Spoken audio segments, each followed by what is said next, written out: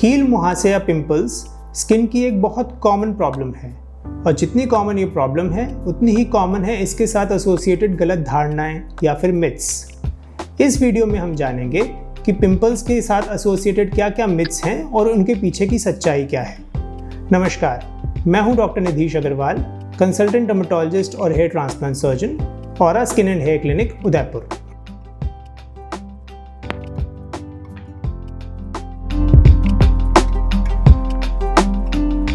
अक्सर ये माना जाता है कि पिंपल्स टीनेज की प्रॉब्लम होती है। टीनेज यानी कि 13 से 19 ईयर्स की एज।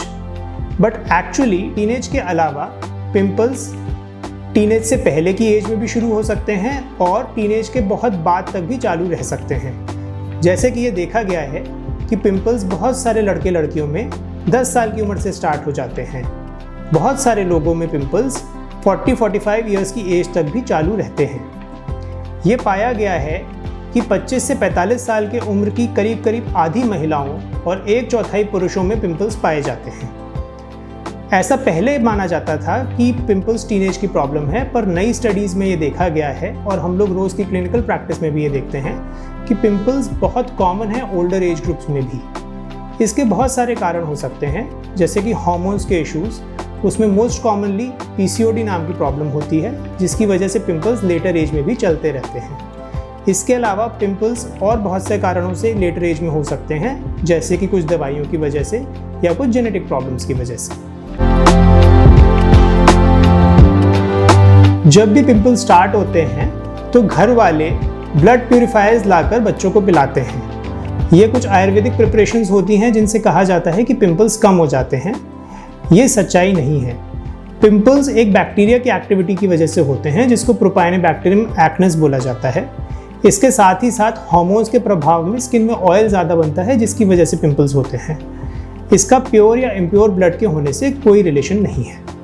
तो ऐसे ब्लड प्यूरिफायर्स को यूज़ करने का कोई औचित्य पिंपल्स में नहीं है।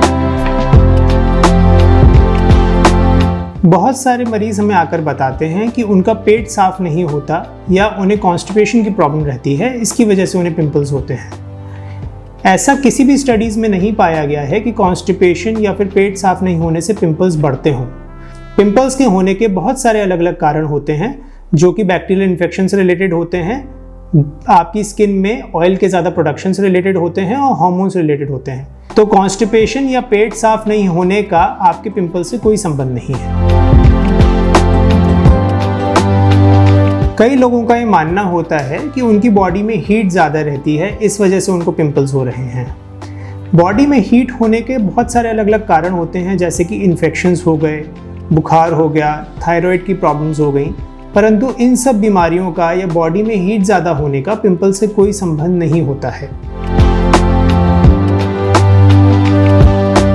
दवाइयों की गर्मी को भी बहुत कॉमनली पिंपल्स का दोषी ठहराया जाता है। ये कुछ हद तक ठीक है, पर बहुत हद तक गलत भी है। ऐसा नहीं है कि सारी दवाइयों से पिंपल्स हो जाते हैं। कुछ दवाइयों से पिंपल्स होने की संभावना रहती है। उनमें सबसे ज़्यादा कॉमनली जो दवाई रिस्पॉन्सिबल होती है पिंपल्स के लिए, वो होते हैं स्टेरॉइड्स। जैसे कि ये देखा गया था कि जब कोविड में लोगों को बहुत हाई डोज में स्टेरॉइड्स दिए गए थे जान बचाने के लिए, तो उसके बाद बहुत सारे लोगों में पिंपल्स का बहुत आउटब्रेक हुआ था। तो स्टेरॉइड्स एक ऐसी दवाई हैं जिसकी वजह से आपके पिंपल्स बढ़ सकते हैं। उनको कभी भी खुद से नहीं ना तो लेना चाहिए खाने की स्टेरॉइड्स, और नहीं लगाने के स्टेरॉइड्स खुद से लगाने चाहिए। साथ ही साथ कुछ जिम करने वाले लोग कुछ एनाबॉलिक स्टेरॉइड्स लेते हैं बॉडी बिल्डिंग के लिए। इन स्टेरॉइड्स की वजह से भी पिंपल्स बढ़ सकते हैं। और कुछ दवाइयाँ जो आपके पिंपल्स को बढ़ा सकती हैं, उनमें होती हैं टीबी की दवाइयाँ, कुछ मल्टीविटामिन जैसे विटामिन बी की दवाइयाँ, कुछ ऐसी दवाइयाँ जो तान रोकने में काम आती हैं, जिन्हें एंटी एपिलेप्टिक्स बोलते हैं। इन दवाइयों से भी आपके पिंपल्स के बढ़ने के चांसेस होते हैं। पर ऐसा नहीं है कि आपने कोई भी एंटीबायोटिक ली या कोई भी और दवाई ली तो उससे पिंपल्स बढ़ ही जाएंगे। अगर आपको ऐसा लगता है कि आपकी दवाइयाँ लेने की वजह से पिंपल्स बढ़े हैं, तो उसके लिए आप अपने डर्मेटोलॉजिस्ट से मिलें। वो आपको बताएंगे कि आपकी दवाइयाँ ही आपके पिंपल्स का कारण है क्या, और अगर संभव हुआ उन दवाइयों को मॉडिफाई करना, तो वो आपकी उन दवाइयों को मॉडिफाई करेंगे। ऑयली खाने और जंक फूड्स को बहुत कॉमनली पिंपल्स का जिम्मेदार ठहराया जाता है। ऐसी कोई स्टडीज़ नहीं है जिनमें ये पाया गया हो कि ऑयली फूड्स की वजह से पिंपल्स बढ़ते हैं। हालांकि ये देखा गया है कि हाई ग्लाइसेमिक फूड्स यानी जिनमें शुगर की मात्रा ज़्यादा होती है, उन खानों की वजह से पिंपल्स के बढ़ने की संभावना रहती है। इनमें एक कॉमन फूड आइटम जिसकी वजह से पिंपल्स बढ़ने की संभावना होती है वो प्रोसेस्ड डेयरी फूड्स होते हैं, जैसे कि चॉकलेट्स हो गई या आइसक्रीम्स हो गई, जिनमें कि शुगर की कंटेंट काफ़ी ज़्यादा होता है।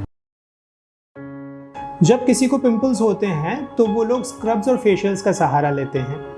स्क्रब्स और फेशियल्स आपकी स्किन की सुपरफिशियल कॉर्नियल लेयर को तो हटा सकते हैं, पर पिंपल्स को कम नहीं करते हैं, क्योंकि पिंपल्स के होने का कारण आपके ऑयल ग्लैंड्स में डीप ऑब्स्ट्रक्शन होता है।